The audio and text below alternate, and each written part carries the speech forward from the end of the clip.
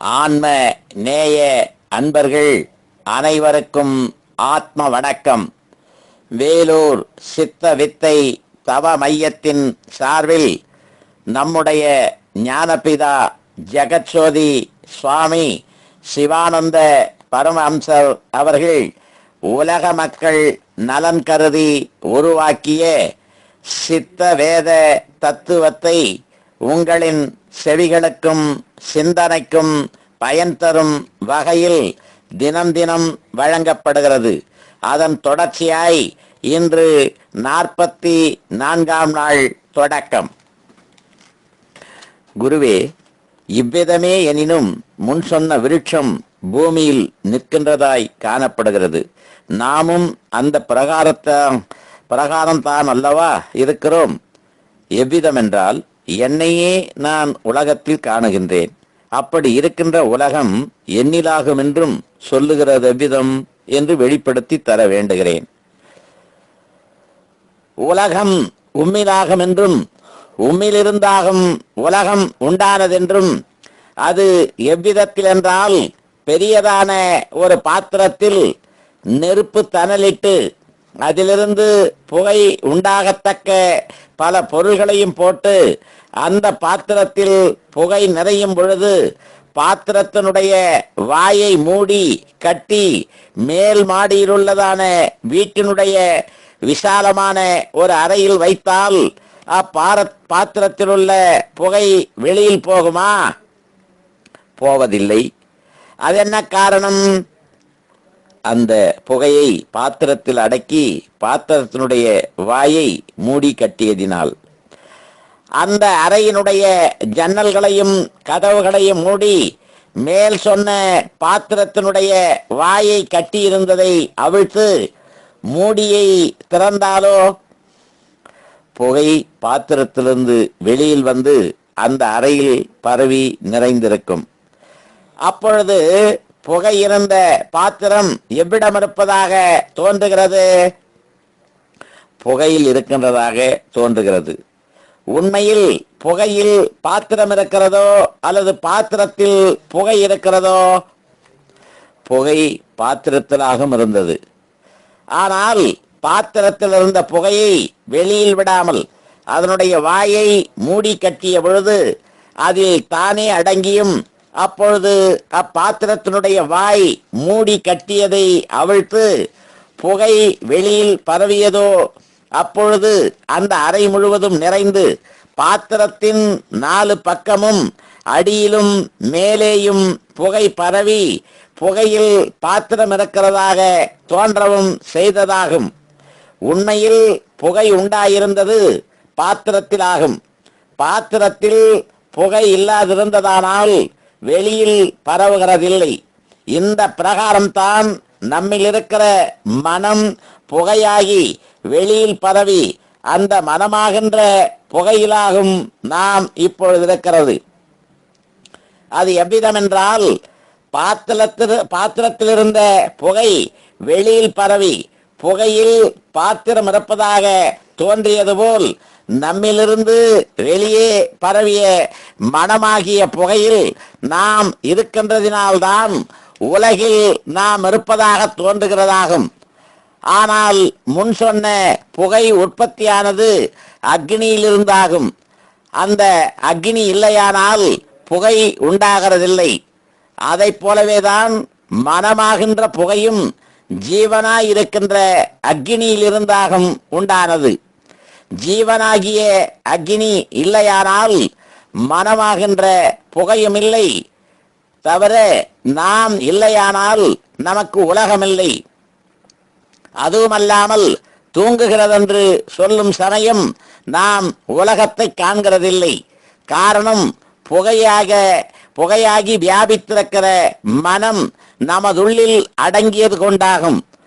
தூக்கம் விழித்த சமயத்தில் பாத்திரத்திலிருந்து புகை வெளியில் வந்தது போல் நம் உள்ளிலிருந்து மனசக்தி வெளியினுள்ளில் பரவுகின்றதாகும்.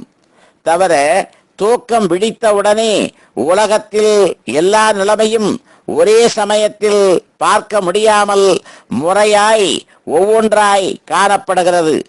வெளியில் இறங்கி சஞ்சரிக்கும் தோறும் அதிகமாய் நாம் ஒவ்வொன்றும் கண்டு கொண்டிருக்கிறோம். அவ்விதம் சஞ்சரிப்பதனிடையில் தன்னிலிருந்து தானாயிருக்கின்ற ஜீவன் மனதாகிய புகையாகி வெளியினுள்ளில் போய் தீர்ந்தபோது பாத்திரமாயிருக்கின்ற ஜடம் விழுந்து போகிறது. பின்பு உலகமில்லை. எப்படி என்றால், முன் சொன்ன புகை நிறைந்த பாத்திரத்தினுடைய வாயை மூடி கட்டியிருந்த கட்டை அவிழ்த்து திறந்து அப்பாத்திரத்தை கையில் வைத்து வெளியில் சஞ்சரிக்கும் பொழுது புகை வெளியில் பரவி பாத்திரத்தில் இல்லாமலாய் போய் பாத்திரம் மாத்திரம் மீதியாகிறது, புகையை காண்பதில்லை. இதற்கு காரணம், பாத்திரத்தில் உள்ள அக்னியில் புகை உண்டாவதற்கு உண்டாயிருந்த சாமான்கள் எரியாமல் புகையாகி அக்னி அணைந்து போகிறது உண்டாகும். அவ்விதம் அந்த அக்னி அணைந்து போன பிறகு அதிலிருந்து புகை உண்டாகிறதில்லை. இப்பிரகாரம்தான் தன்னில் இருக்கின்ற ஜீவன் மனதாகின்ற புகையாகி வெளியினுள்ளில் போய் தீரும் பொழுது தீர்ந்து போகிறது. அதற்காகவும் செத்து போனதென்று சொல்லுகிறது. அதாவது சத்து போய் இவ்வாறு ஜடமாகிய பாத்திரத்திலே சத்தாகிய ஜீவன் மனதாகின்ற புகையாகி வெளியினுள்ளில் போய் தீர்ந்து போகிறது. அப்பொழுதே சத்து போனது என்று சொல்லுகிறோம். அத்தியாயம் 13 முற்றிற்று. சித்த வேதம் 14ஆம் அத்தியாயம் தொடக்கம். சிஷ்யர்: குருவே, மனதே குருவென்றும் அந்த மனமே வட விருட்சமென்றும் அந்த மனதாகிய வட விருட்சத்தின் மூலத்தில் தட்சிணாமூர்த்தியாகிய குரு இருக்கிறதென்றும் சொன்னீர்கள் அல்லவா? இது எவ்விதம் என்பதை விவரித்து சொல்ல வேண்டுமாய் பிரார்த்திக்கின்றேன். மனமாகும் குருவென்றும் அந்த மனம் தானாகும் வட விருட்சம் என்றுள்ளதற்கு முன் அத்தியாயத்தில் சொன்ன புகையே தானாகும் உதாரணம். அது எப்படி என்றால், பாத்திரத்தில் உள்ள அக்னியிலிருந்து புகை உற்பத்தியாகி வரும் பொழுது பாத்திரத்தினுடைய வாயை அடைத்து கட்டிய பொழுது பாத்திரத்தில் புகை உண்டாயிருந்தது. அப்பொழுது புகை வெளியில் வராததனால் அதை பார்க்க முடிகிறதில்லை. ஆனால் அந்த புகை பாத்திரத்தில் அடங்கி இருக்கும் பொழுதும் புகையாகத்தான் இருந்தது. அந்த புகையேயாகும் வெளியே வியாபித்தது. அந்தப்படி வெளியில் வியாபித்த பொழுது மாத்திரமே புகையை காண முடிகின்றது. பாத்திரத்தில் அடங்கியிருந்ததும் வெளியில் வியாபித்ததும் ஒரே புகையாகத்தான் இருந்தது. இந்த பிரகாரம் நம்முடைய மனம் உள்ளில் அடங்கி இருக்கும் பொழுதும் புகையை போல் வெளியினுள்ளில் வியாபித்த போதும் ஒரே மனமாகத்தான் இருந்தது, இரண்டல்ல. அப்பிரகாரம் அடங்கி இருக்கின்ற மனதுக்காகும் குரு என்று சொல்லுகிறது. வட விருட்சம் என்று சொல்லுவதானது இக்காணுகிற உலகமாகிய சம்சார விருட்சமாகும். இதற்கு காரணபோதமாய் இருக்கிறது மனமாகும். அந்த மனம் மேற்சொன்ன சம்சார விருட்சத்தினுடைய மூலத்தில் தெற்கு முகமாக இருக்கின்றது. அதனால்தான் தட்சிணாமூர்த்தியாகிய குரு என்று சொல்ல காரணம்.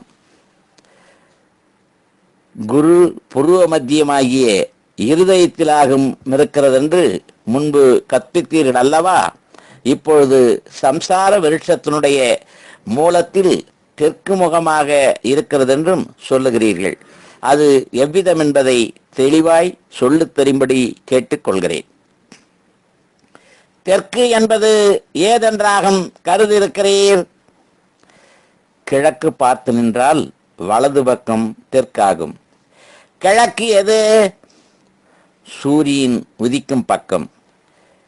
இப்படி நினைப்பது மிகவும் தப்பிதம். நீர் ஜலிக்கவில்லையானால் கிழக்கு, வடக்கு, தெற்கு, மேற்கு என்பது உனக்கு இருக்குமா? எனக்கு இல்லை. எப்பொழுதாகும் உமக்கு முன் சொன்ன பக்கங்கள், அதாவது திசைகள் உண்டாயினது? நான் ஜனித்து எனக்கு அறிவு உண்டானதற்கு பின். நீ ஜனிக்கவில்லையானால் உமக்கு உருவம் உண்டோ? இல்லை. உருவம் இல்லையானால் ஆதி அந்தம் என்றோ, வடக்கு கிழக்கு தெற்கு மேற்கு என்கிற யாதொரு நிலைமையும் உண்டோ? யாதொரு நிலைமையும் இல்லை. நன்று. நாளைக்கு தொடருவோமா? ஆத்ம வணக்கம்.